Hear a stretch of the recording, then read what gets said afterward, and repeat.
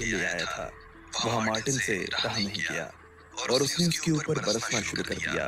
वो एलेक्स की मौत से बहुत दुखी था और उसे लग रहा था कि बाकी सब लोग बस हाथ पर हाथ धरकर बैठे हुए थे। लेकिन जब गिल ने मार्टिन को अपना प्लान सुनाया तो उसे सुनते ही वो हैरान हो गया था। वो राधिका को अपने पास बुलाने वाला था। उसे यकीन था कि अगर एक बार राधिका यहाँ आ जाती तो लकी भी उसके पीछे आने वाला था। उधर लकी भी खाने के बाद राधिका को आइसक्रीम खिलाने के लिए सीधा यूनिवर्सिटी के तालाब के पास ले आया था। लकी, ये जगह कुछ ज्यादा दूर नहीं हो गई? राधिका को अभी भी विश्वास नहीं हो रहा था कि लकी उसे सिर्फ आइसक्रीम खिलाने के लिए इतनी दूर ले आया था।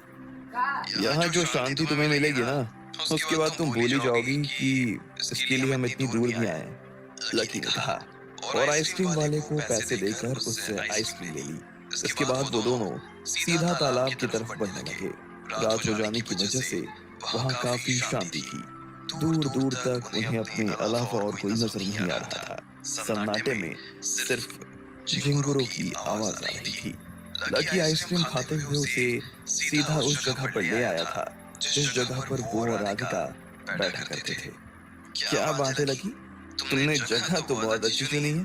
तुम पहले यहाँ आते रहे हो क्या? राधिका ने पूछा। हाँ, मैं यहीं पढ़ता था ना, तो जब भी मन नहीं लगता था या थोड़ा परेशान होता था तो सीधा यहीं पर आ जाता था, लकी ने कहा और एक पत्थर पर बैठ गया। अकेले आते थे या डिम्पल भी तुम्हारे साथ में आती थी? राधिका ने उसे छेड़ते हुए कहा। लकी समझ गया था कि वो उसे छेड़ रही थी, इसलिए उसने कुछ नहीं कहा और सिर्फ मुस्कुराने लगा। अच्छा लकी, डिम्पल से याद आया, तुमने मुझे उसके बारे में तो बताया ही नहीं। उस दिन हमारी कहानी बाकी रह गई थी, याद है ना? राधिका ने कहा। तुम्हें डिम्पल के बारे में जानने में इतना इंटरेस्ट क्यों है? इंटरेस्ट कुछ भी नहीं है। मैं तो बस ये समझने की कोशिश कर रही हूँ कि उस जैसी लड़की ने तुम जैसे लड़के को छोड़ कैसे दिया। अगर उसकी जगह मैं होती तो मैं तो राधिका ने कहा और अचानक से कहते कहते रुक गई। इतने में लकी ने भी उसकी आंखों में देखा और बोला, मैं होती तो क्या? इस पर राधिका मुस्कुराने लगी और बोली, छोड़ो ना, तुम बताओ कि उसने तुम्हें क्यों छोड़ा? तो कहानी है बहुत लंबी राधिका। मैं जब दिल्ली आया था तो मैंने पहले काम ढूंढा और एडमिशन बाद में लिया। पहले मैं ढाबे पर काम करता था, फिर मैंने कपड़े की दुकान पर काम किया, आखिर में मैं एक मेडिकल स्टोर पर काम करने लगा। उसी दौरान मेरा यहाँ एडमिशन हो गया था। उस टाइम पर हमारी क्लास में सभी स्टूडेंट्स थे और कोई ज्यादा काम नहीं करता था। लेकिन मैं हमेशा ना क्लास खत्म होने के बाद सीधा काम पर चला जाता था। डिम्पल को यही मेरी आदत अच्छी लगती थी। उसे लगता था कि मैं बड़ा ही मेहनती लड़का हूँ और जरूर जिंदगी में कुछ बड़ा करूंगा। तो हम दोनों एक साथ आ गए। कुछ वक्त तक सब कुछ ठीक चला, लेकिन उसके बाद जब उसे लगा कि मेरी औकात 10,000 रुपए महीने से ज्यादा की नहीं है तो वो मुझसे कटने लगी। फिर एक दिन मैंने उसे अपने साथ चीटिंग करते हुए पकड़ लिया था, लकी ने कहा। माय गॉड, क्या तब तक उसे पता नहीं था कि तुम मिस्टर लक्ष्मण अग्रवाल हो?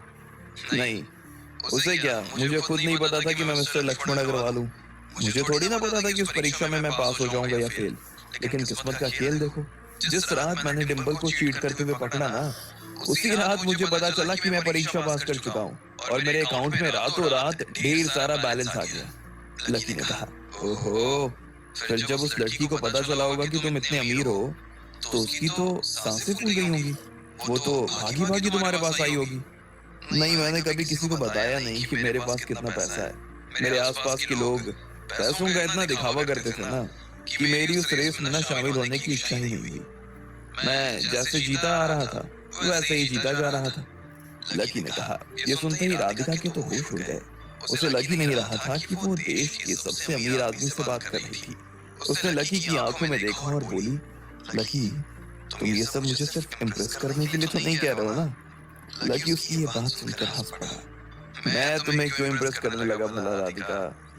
हाँ, ये बात भी सही है, लेकिन सच में यार, तुम जैसे दिखते हो वैसे हो नहीं।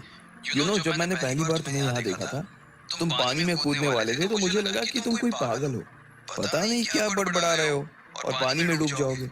उसके बाद मैंने तुम्हें तब देखा जब उस लड़की ने मेरी गाड़ी को टक्कर मारी। तब मुझे लगा कि बंदा बड़ा एरोगेंट है और उसे पैसों का ना बड़ा घमंड है। लेकिन जैसे जैसे मैं तुमसे मिलती जा रही हूँ ना लकी, वैसे वैसे बहुत से राज खुलते जा रहे हैं। और कितने राज अभी खुलने बाकी है मिस्टर लक्ष्मण? राधिका ने लकी को फिर से छेड़ते हुए कहा। लकी ने उसकी बात का कोई जवाब नहीं दिया और सिर्फ मुस्कुराने लगा। अब इससे पहले कि राधिका अपनी तरफ से कोई सवाल पूछती, लकी ने उससे पूछा, वैसे आज का दिन तुम्हारे लिए इतना बड़ा दिन है, ऐसे में तुमने इसे सेलिब्रेट करने के लिए मुझे ही क्यों बुलाया? तुम्हारे यहाँ और कोई दोस्त नहीं है क्या? नहीं है लकी, मैंने खूब सोचा कि किसे बुलाऊं, लेकिन तुमसे ज्यादा सुटेबल ना मुझे कोई और लगा ही नहीं। पहले मैंने भी यही सोचा कि सिर्फ तुम्हें ही क्यों बुला रही हूँ, पर जब मन नहीं माना ना तो सोचा कि छोड़ो, कोई दोस्त नहीं है तो क्या हुआ, किसी को दोस्त बना तो सकते हैं ना? राधिका ने कहा। अच्छा, यानी मैं तुम्हारा पहला दोस्त हूँ? इंडिया में तो हो, कह सकते हो, क्योंकि मैं यहाँ ज्यादा रही नहीं हूँ और इंग्लैंड में जो भी मेरे दोस्त है उनसे अब मेरी बात होती नहीं है। इन शॉर्ट, मैं अपनी जिंदगी में अकेली हूँ, राधिका ने कहा। और तुम्हारी जिंदगी में डिंपल जैसा कोई नहीं है? लकी ने हिचकिचाते हुए पूछा। राधिका ने उसे एक सेकंड के लिए देखा और बोली, लकी तुम्हें सही में लगता है क्या मेरी जैसी लड़की को कोई झेल सकता है? पॉसिबल। हाँ, वहाँ एक दो ने कोशिश जरूर की थी, लेकिन थोड़े दिनों बाद ही ना वो भी थक गए। असल में मेरी प्रॉब्लम ये है कि मुझे रिश्तों में ना सेल्फिशनेस ना अच्छी नहीं लगती। बचपन से मैंने देखा है कि मेरी माँ और मेरे पिता सिर्फ एक दूसरे के स्वार्थ की वजह से ना एक दूसरे के साथ जुड़े हुए थे, इसलिए मुझे मतलबी होने से ना बहुत चिढ़ हो गई। अगर मेरा किसी से मतलब निकलता भी था तो भी मैं उसे पहले ही कह देती थी कि मैं तुमसे सिर्फ इसलिए बात कर रही हूँ क्योंकि मेरा तुमसे मतलब है, ना तो इससे ज्यादा कुछ सोचना और ना ही इससे आगे कभी बढ़ना। इसलिए मैं अब तक अकेली हूँ, पर अब नहीं, अब मुझे एक नया दोस्त मिला है, राधिका ने कहा और लकी के साथ आइसक्रीम चीयर्स कर ली। वो दोनों रात के घने अंधेरे में आइसक्रीम खा रहे थे और तालाब के पानी पर गिरती चांदनी का मजा ले रहे थे। लकी को उसके साथ रहकर बहुत शांत महसूस हो रहा था। बहुत दिनों से शायद वो इसी शांति की तलाश में था। उधर राधिका को भी लकी के साथ रहकर कंप्लीट फील हो रहा था। कुछ देर के बाद दोनों फिर से गाड़ी में बैठे और सीधा अपने घर जाने के लिए रवाना हो गए। राधिका थक चुकी थी और हर थोड़ी देर में उसे नींद के झोंके आ रहे थे। वो अपने आप को जगाने की पूरी कोशिश कर रही थी, लेकिन सफर बहुत लंबा होने की वजह से उसके लिए ये कर पाना मुश्किल हो रहा था।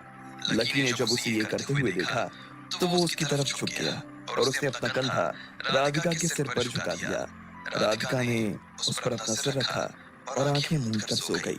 कुछ देर के बाद लकी गाड़ी को राधिका के घर के बाहर ले आया था। राधिका, राधिका उठो, लकी ने कहा और उसे उठाने की कोशिश करने लगा, लेकिन राधिका बहुत गहरी नींद में थी। लकी ने देखा कि सोते हुए उसके कुछ बाल उसके चेहरे पर आ गए थे। लकी ने बहुत ध्यान से अपने आप को उसकी तरफ झुकाया और फिर आहिस्ता से अपनी उंगली से उसके बालों को एक तरफ हटा दिया। राधिका दिखने में काफी सुंदर थी और सोते हुए तो वो और ज्यादा खूबसूरत लग रही थी। लकी ने कुछ देर के लिए तो उसे और सोने दिया, लेकिन जब उसे लगा कि वो उठने वाली नहीं थी तो उसने एक पानी की बोतल ली और छींट दिया। राधिका की अचानक से नींद खुल गई और वो हड़बड़ाते हुए इधर उधर देखने लगी। फिर उसकी नजर लकी पर पड़ी और उसने कहा, हम कहाँ आ गए हैं लकी? तुम्हारे घर, लकी ने कहा। राधिका ने अपनी आंखें मिचमिचाई और बाहर देखने लगी। सच में वो दोनों उसके घर के बाहर ही तो खड़े थे। फिर उसने एक बड़ी सी अंगड़ाई ली और सीट बेल्ट खोलकर गाड़ी से बाहर आ गई। लकी ने भी अपना दरवाजा खोला और बाहर आ गया। तुम इतनी रात को घर जा रही हो, कोई दिक्कत तो नहीं होगी? तुम कहो तो मैं तुम्हारे घर वालों से बात करने के लिए अंदर चल सकता हूँ, लकी ने कहा। राधिका ने उसकी तरफ देखा और फिर अपना पर्स खोलकर उनमें से चाबी निकाल ली। वो चाबी उसने लकी को दिखाई और मुस्कुराने लगी। लकी भी उसे देखकर मुस्कुराने लगा था। वैसे अगर रात यहीं रुकना चाहो तो अंदर आ सकते हो, राधिका ने कहा। नहीं नहीं, मैं चला जाऊंगा। इतनी रात को कहाँ जाओगे, चलो ना, यहीं रुक जाना, राधिका ने कहा और उसका हाथ पकड़ लिया।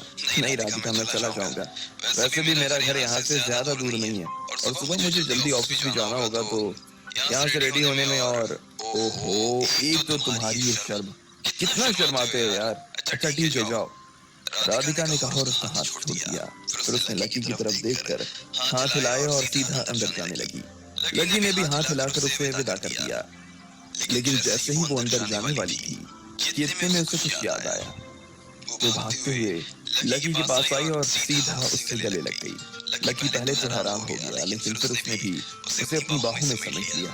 थैंक यू इस दिन को इतना स्पेशल बनाने के लिए मिस्टर लक्ष्मण, राधिका ने कहा और लकी की तरफ देखकर मुस्कुराने लगी।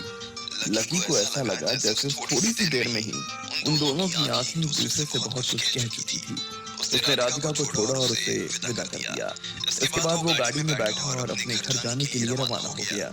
रास्ते भर वो राधिका के बारे में ही सोच रहा था। उसे लग रहा था जैसे वो कोई छोटी बच्ची है।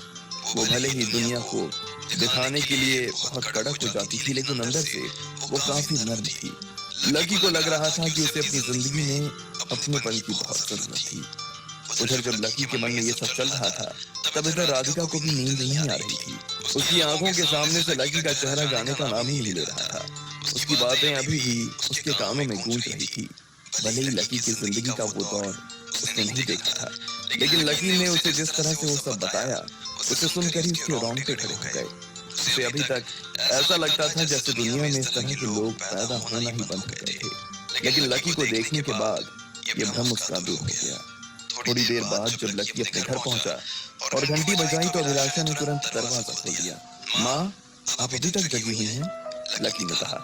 हाँ, मैं कब से तेरा ही इंतजार कर रही थी। तुझे कितनी बार फोन किया पर तेरा फोन ही बंद आ रहा था, अभिलाषा ने कहा। लकी ने देखा कि राधिका से बात करने के चक्कर में उसे याद ही नहीं रहा कि उसका फोन बंद हो गया था। अब सॉरी माँ, आपको बताना भूल गया, लेकिन मैं आज एक दोस्त के साथ में डिनर के लिए बाहर चला गया था। राधिका के साथ? अभिलाषा ने कहा। ये सुनते ही लकी का चेहरा बर्फ सा जम गया। वो अभिलाषा की आंखों में देख रहा था। आपको कैसे पता कि मैं? हमारे ऑफिस में काम करने वाले एक आदमी ने बताया। उसने तुझे और राधिका को होटल में खाना खाते हुए साथ देख लिया था, अभिलाषा ने कहा और मुस्कुराने लगी। लकी के पास कहने के लिए अब कुछ